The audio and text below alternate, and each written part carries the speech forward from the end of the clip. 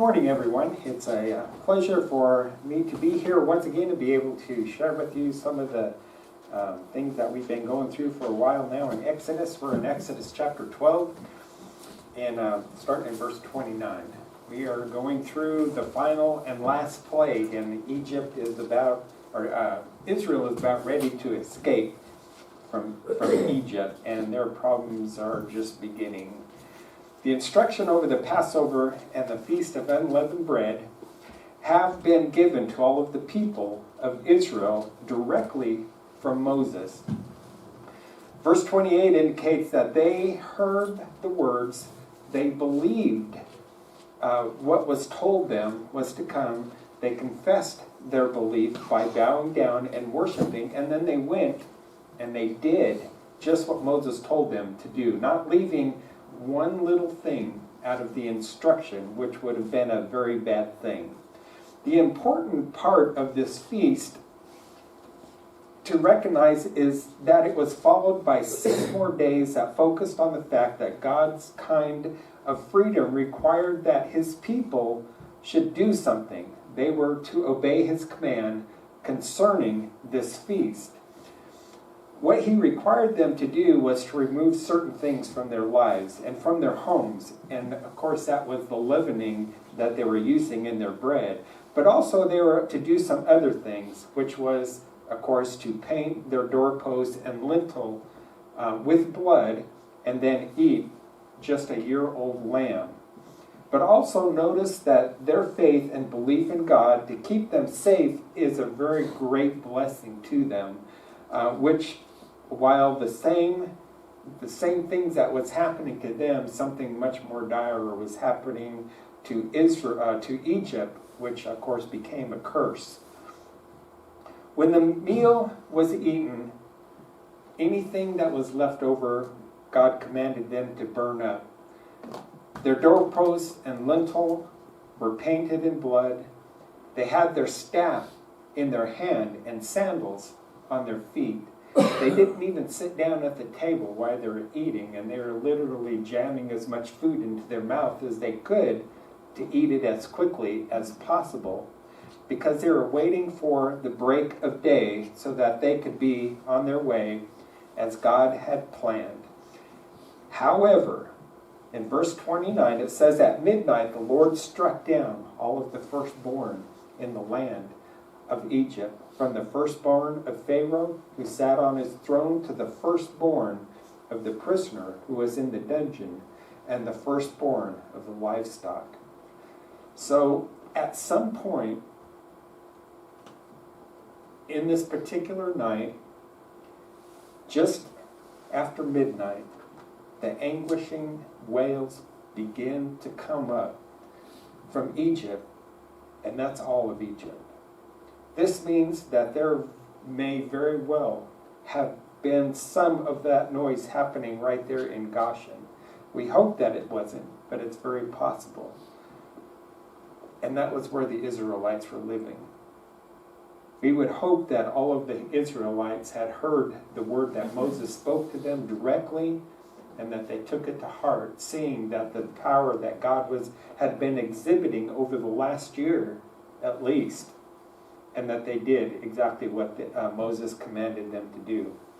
And if you think about it, this is really the perfect setup for a Hollywood horror movie done by somebody like Spielberg. All the different people of the Israelites are standing around in their home, whispering in fear, all girded up, their bellies are full, their staffs are in hand, the stench of the burnt lamb is wafting in the air, and they're all standing there waiting to see what is to come. Maybe they don't really even know what it is that's going to happen. They got an idea, Moses told them, but they might not really know. And then they hear the flapping of wings passing just outside their doors as they all huddle together. If they were brave enough to look outside, they might see some horrifying looking flying thing outside of their door. sniffing around each door in the neighborhood. But then nothing happens to that house.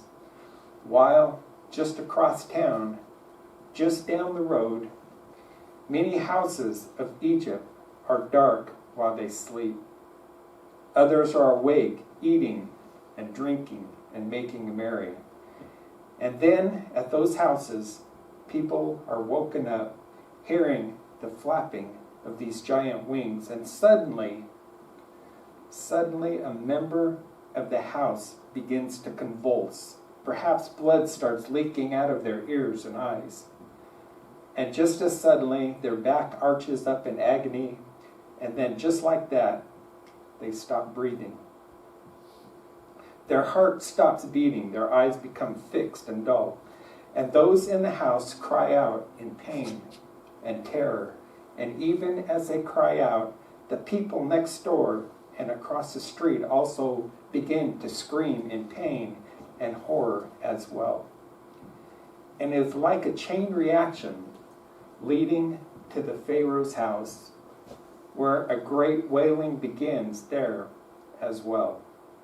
And it seems as if the whole nation is crying out. The cry is so loud and long and painful. And they would be right, for judgment in the form of death has come to every house in Egypt. Can you see and feel the horror that's taken place for a people filled with the sin that the Lord has judged?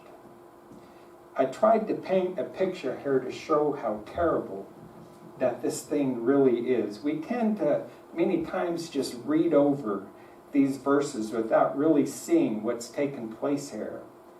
This is not a victory feast for the Israelites, for the Hebrew people.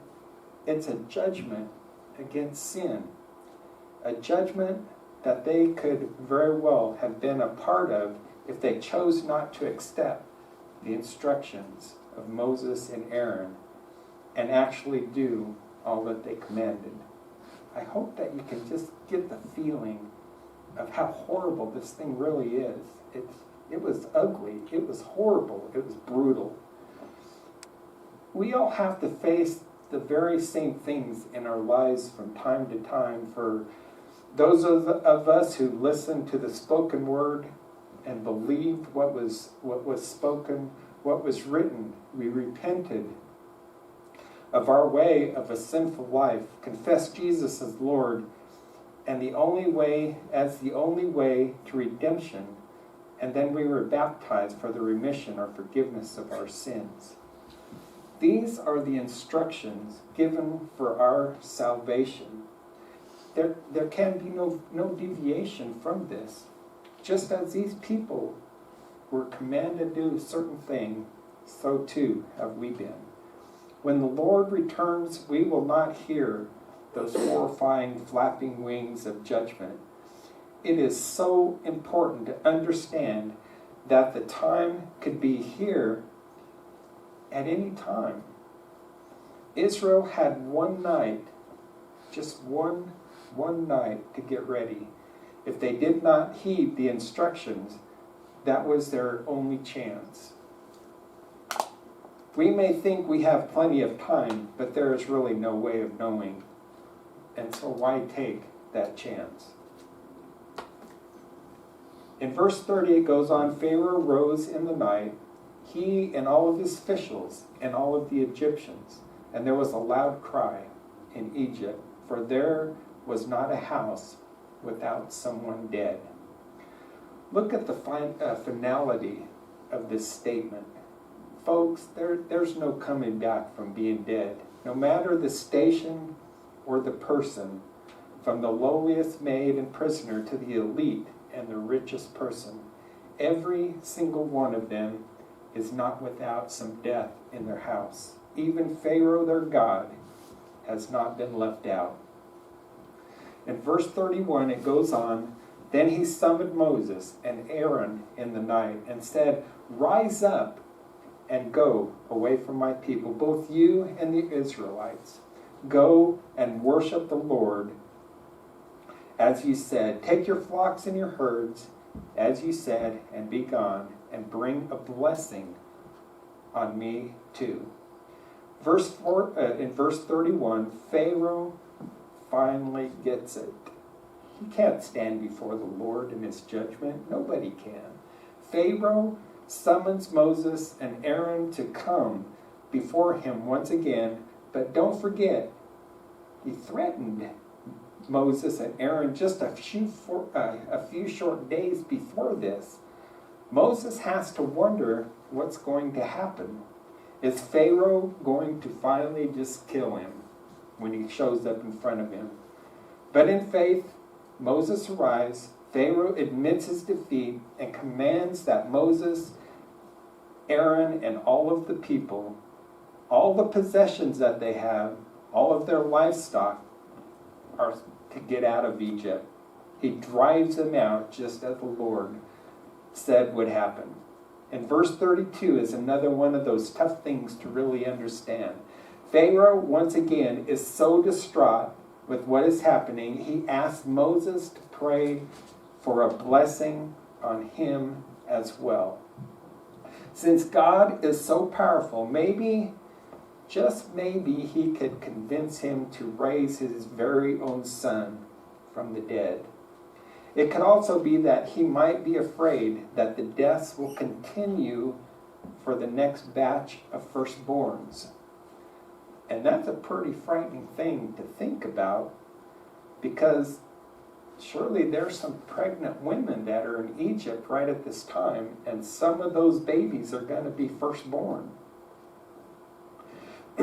What about them? If the plague is anything like a virus, will it keep on going? You have to wonder if there is just not something in the DNA of every firstborn that this plague attacks, or the death angel recognizes when he passes over. When those babies are born, are they going to die too, and there's going to be more pain and suffering for Egypt at this time? If it was me, I would probably be thinking about that. As it goes on in verse 33, the Egyptians urged the people to hasten their departure from the land, for they said, "We shall all be dead." So the people took their dough before it was leavened, with their kneading bowls wrapped up in their cloaks on their shoulders. The Israelites had done as Moses told them.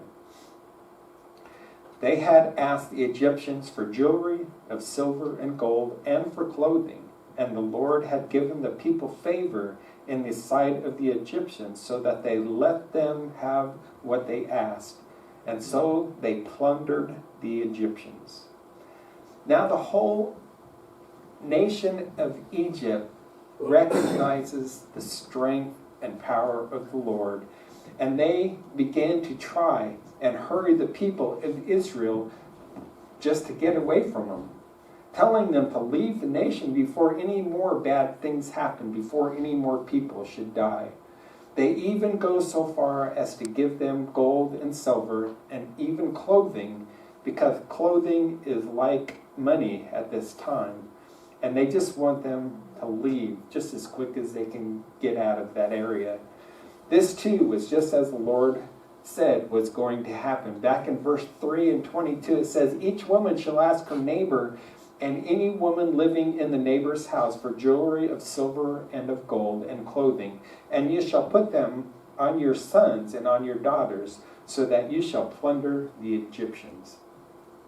Normally, it's the men who plunder an enemy when they go into battle. But here God told Moses it's going to be the women folk that are going to plunder Egypt, the weak and the timid, who are going to plunder the great nation, the most powerful nation in the world at that time. Verse 35 is another one of those verses to take notice of. The Israelites had done as Moses had told them. They obeyed. Faith is really just worthless if you're not willing to back up that faith with trust and obedience. Because their faith caused them to obey, they get to leave Egypt with everything that they could carry, even their own live firstborn. They get to leave Egypt with everything that they have. What little clothes they own, plus the nice ones that was given to them by the Egyptian people, all of their livestock, and a bunch of silver and gold was also given to them by the Egyptians. And folks, they're carrying their firstborn out with them as well. Don't think that doesn't go unnoticed by the Egyptian people. But remember, they were slaves, and they had probably very little to their names. Even clothing is a luxury at this time. Now, they're wealthy.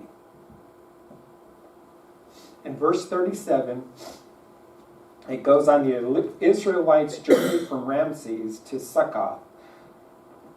About 600,000 men on foot, besides children. A mixed crowd also went up with them, and livestock in great numbers, both flocks and herds.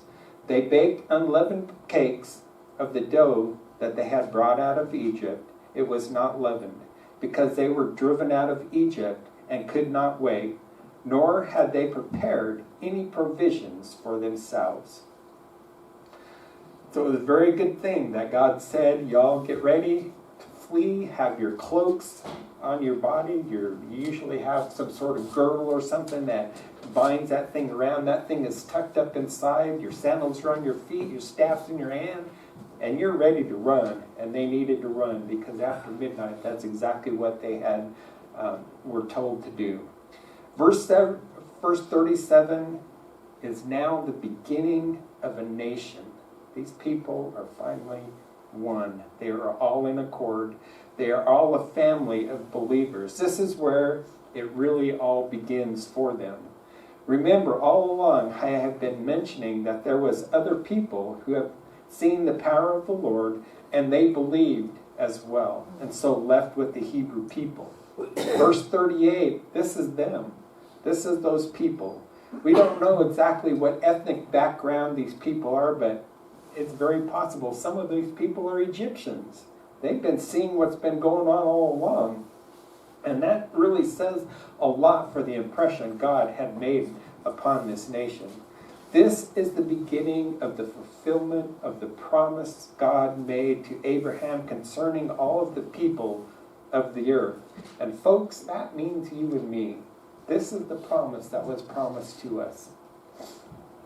Can you feel the blessings of this promise in light of what we have just learned? In verse 18 of chapter 22, and it says, in Genesis 22, verse 18, it says, and through your offspring all nations on earth will be blessed because you have obeyed me. There's that obeyed word once again. If God keeps repeating something, you know you better take notice. Abraham got it right from the very beginning, which is why the people are where they are at right now. But will they get it right from here on out? Do we get it right in the very same way?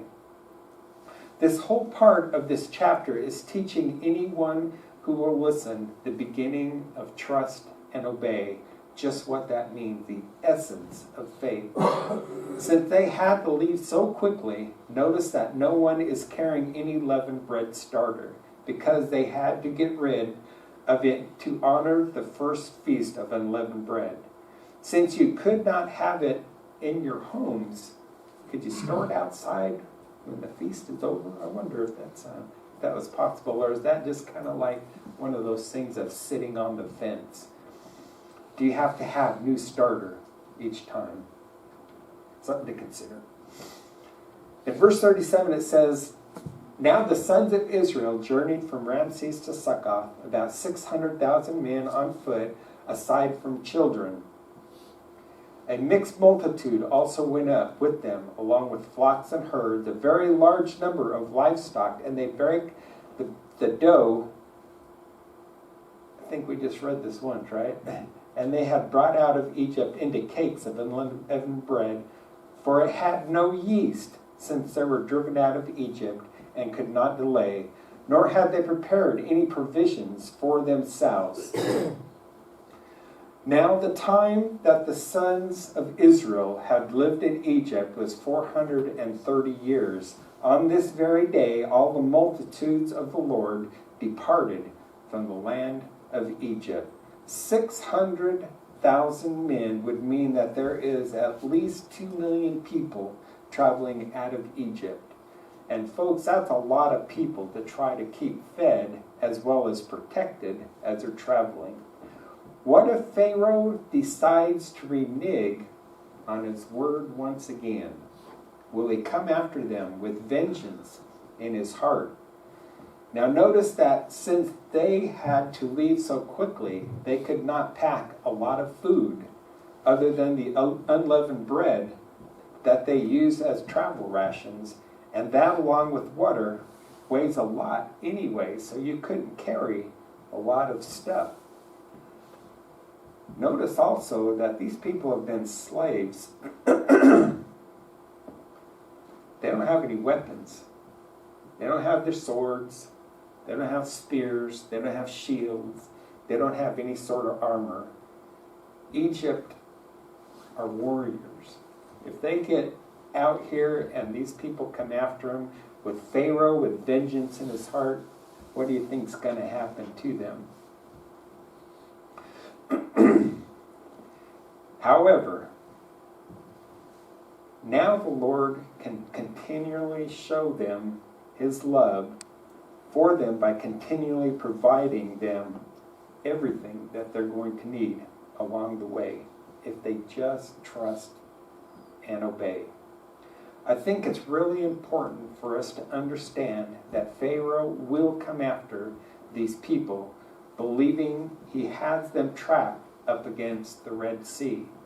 It is equally important to point out that it is not God's fault that Pharaoh was so stubborn for so long and is going to be once again.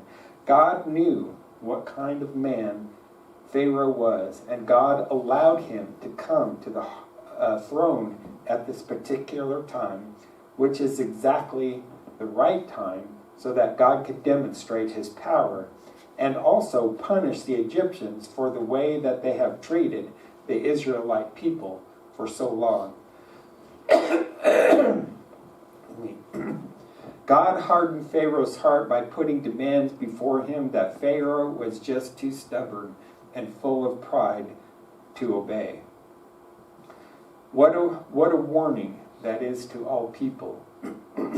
God did not take a good man, and make him an evil man. Rather, he allowed an evil man to come to the throne so that he could show his power over the most powerful nation on earth at that time. It is vital to understand God did not remove Pharaoh's ability to choose right and wrong. That was all on Pharaoh. One of the things God is going to teach them on this journey is that Israel needs to learn to fully trust the Lord while they go into their new and their better life. This will be a very, very difficult thing to do because they are essentially going to be nomads. Being nomads means they don't have the security of having the same place to lay their heads each and every day. Nor will they have the security of having this pantry over off on the side just stuffed with extra food. Then they will not have the security of having an established well to draw their water each and every day. They don't have the security to hold down a day-to-day job to provide their families the necessities of life, even if it was just making bricks for no pay.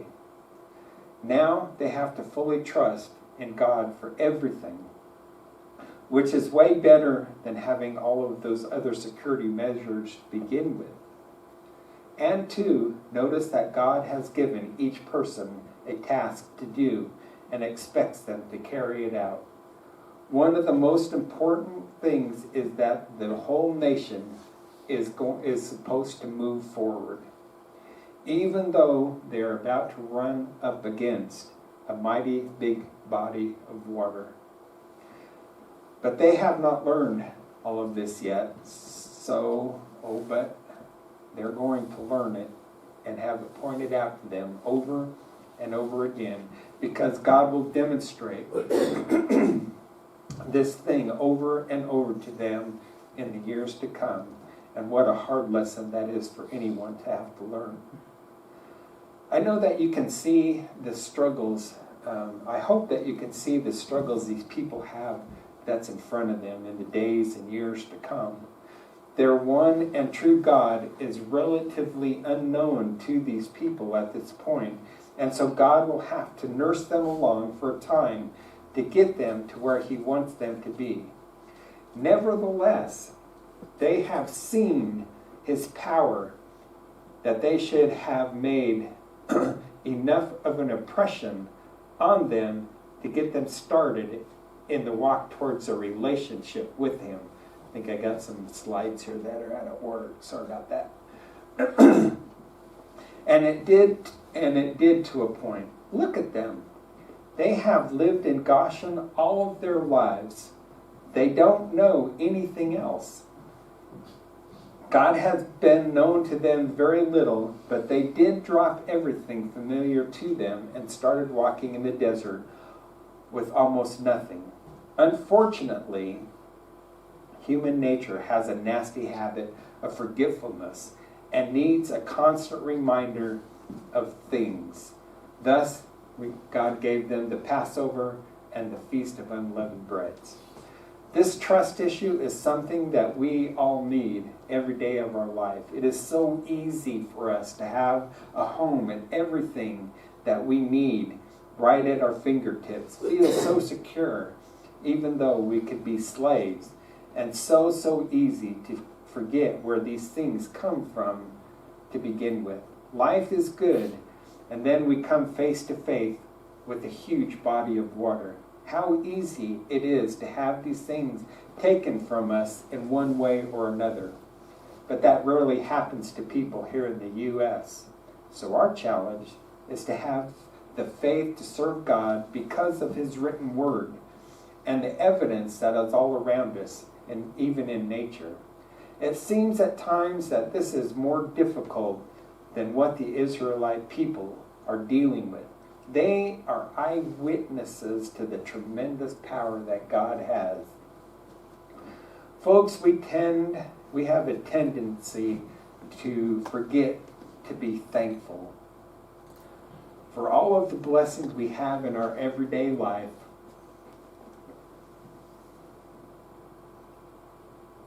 Turn a handle, and relatively fresh drinking water pours forth from us at a whim. How it is so easy to complain about all sorts of little mishaps in our day, while the tremendous blessings that keep us alive are everywhere around us.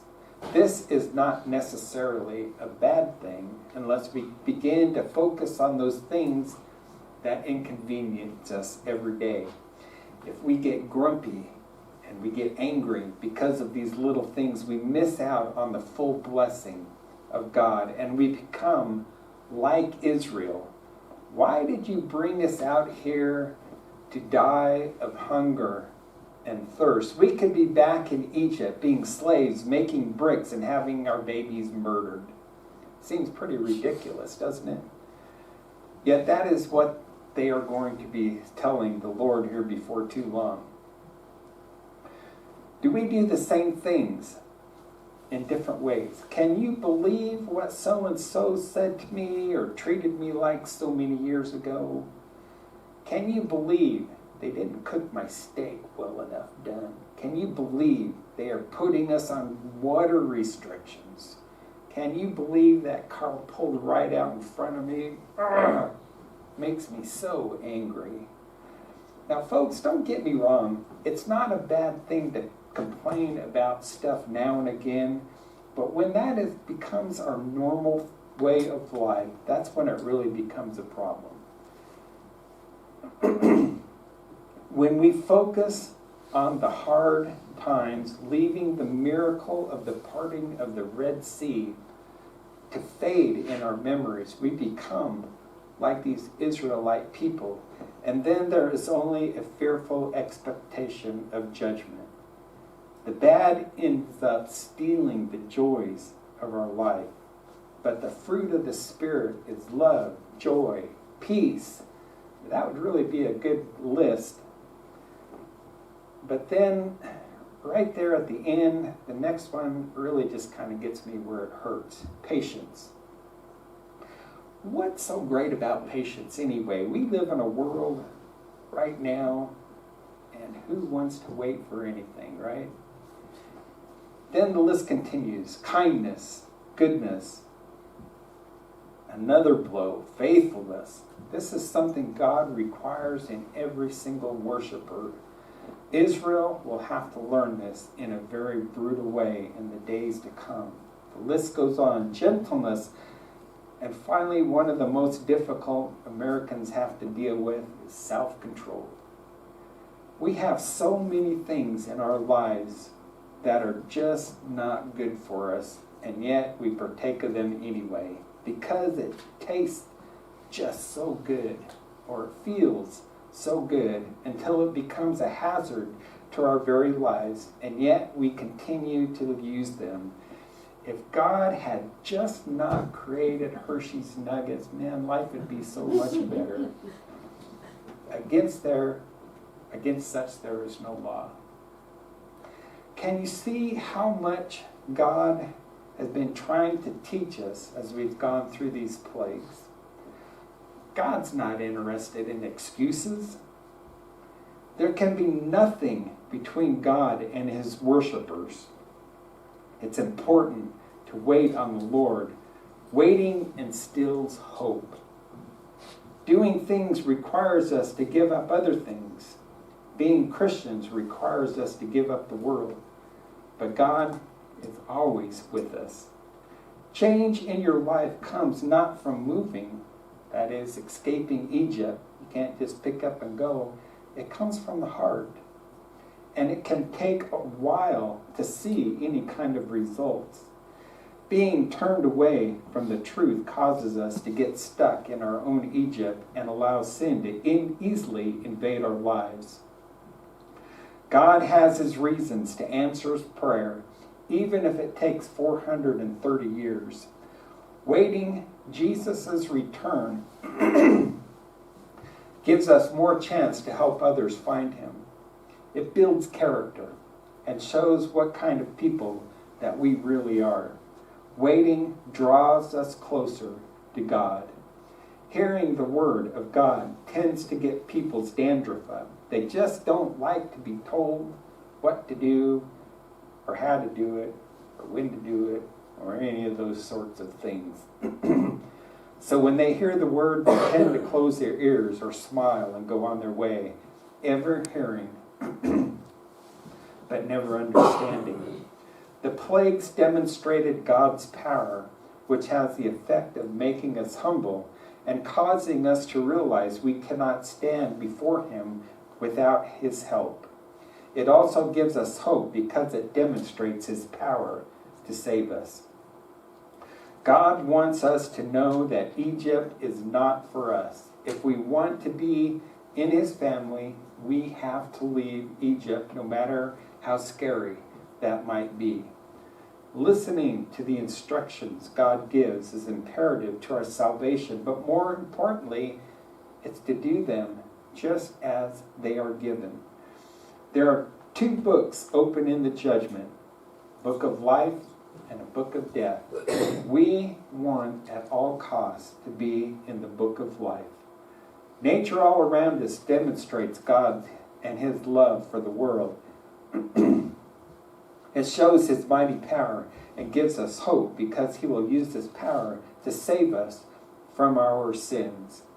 When we offer up our sacrifices, they must be pleasing to God, and the life we have in God is way better than anything that this world could ever come up with. When people continue to reject the Lord's word, they become hard and callous to the truth no longer able to discern the truth, unable to accept the evidence that is right before their very eyes. Choosing ego over right and wrong will only get us a fearful expectation of judgment. Finally, there are some things that God causes to happen that we need to be reminded of over and over again, each and every week and even daily. Folks, we must do like Israel and leave Egypt, accepting the word of God and doing all that is commanded of us, choosing the promised land and hit the road, even if there is an impassable body of water that's right before us. We have to leave Egypt. Don't want to close the lesson without offering the invitation. If there's anyone that needs to have help in any way, I think everyone here has accepted the words of salvation, and so if there's something else that the church can help you with, we offer you this opportunity to let us do that for you as we stand and sing the song selected.